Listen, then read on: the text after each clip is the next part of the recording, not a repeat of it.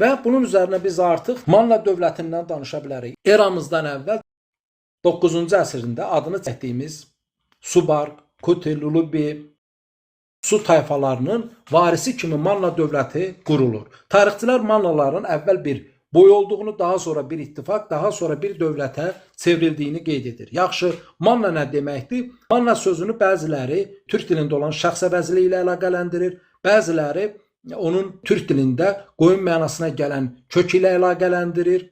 Mən isə bu mən sözünün türk dilində olan min rəqəm mənasına gələn söz kökü ilə eyni olduğunu qeyd edirəm.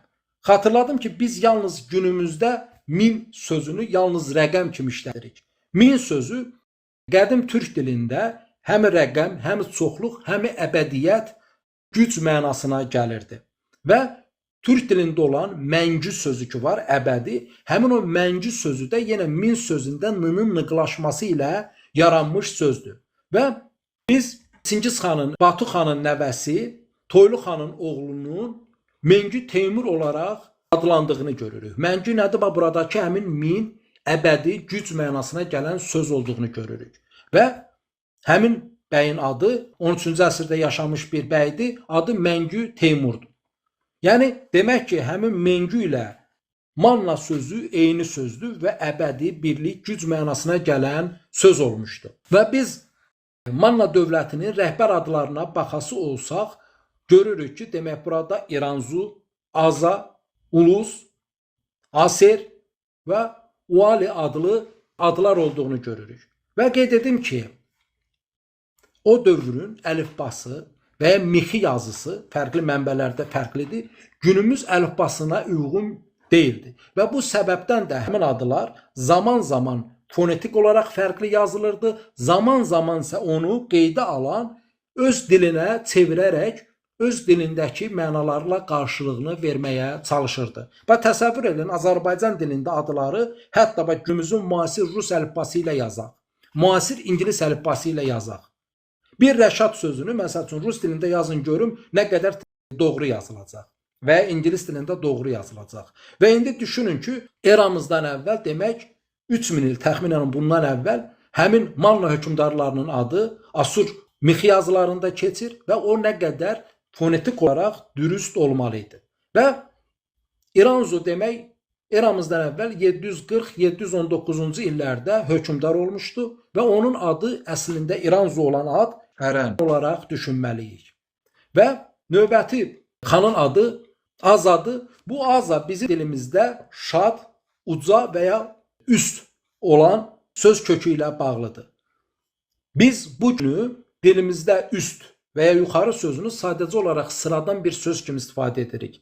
Üst və ya üst sözü ilk dildə, ilk əvvəl 5-dən artığı mənasında as mənasına gəlib, daha sonra 99-dan artığı mənasında as mənasına gəlib və həmçinin biz üst sözündən şad sözünü formalaşdırmışıq və usta sözünü formalaşdırmışıq. Şad sözünü şahzadə mənasında türk dilinə aid olduğunu dilçilər qəbul etsə də, çox təəssüf ki, usta sözünü fars dilinə aid edir. Əslində usta sözü nədir? Üst.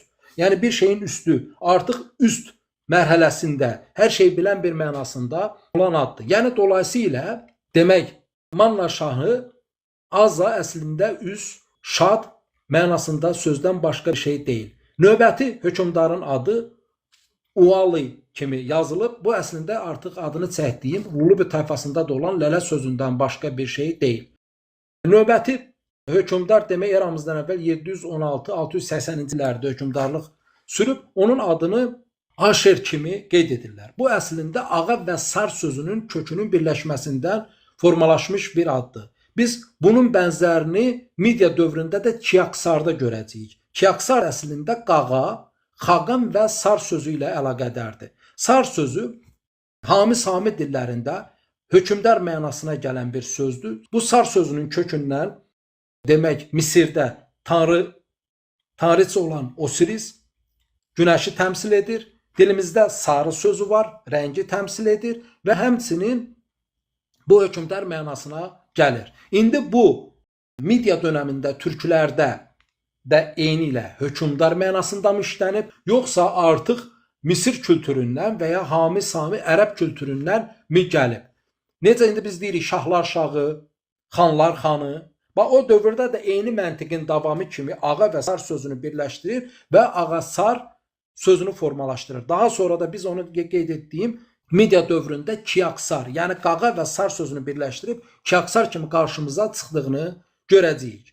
Və eyni ilə sonuncu şahda yenə Uali ikinci kimi qeyd olunur ki, bu da yenə artıq qeyd etdiyim kimi Lələ adından başqa bir şey deyil. Və Manna dövləti haqqında dediklərimizin üstünə bunu qeyd edeyim ki, Manna dönəminin sonunda Mada tayfaları artıq vardı və bunlar arasında qarşı durmalar var idi və daha sonra Manna ilə Asurlar və Babil ilə Midiya dövləti birlik ittifaq quraraq vuruşur və nəticədə bu Madlar ilə Babillərin qələbəsi ilə yekunlaşır. Yəni dolayısıyla Manna dövlətinin süqutu Mad dövləti ilə bağlıdır. Yəni Manna dövlətinin üstündə Mada dövləti qurulacaq.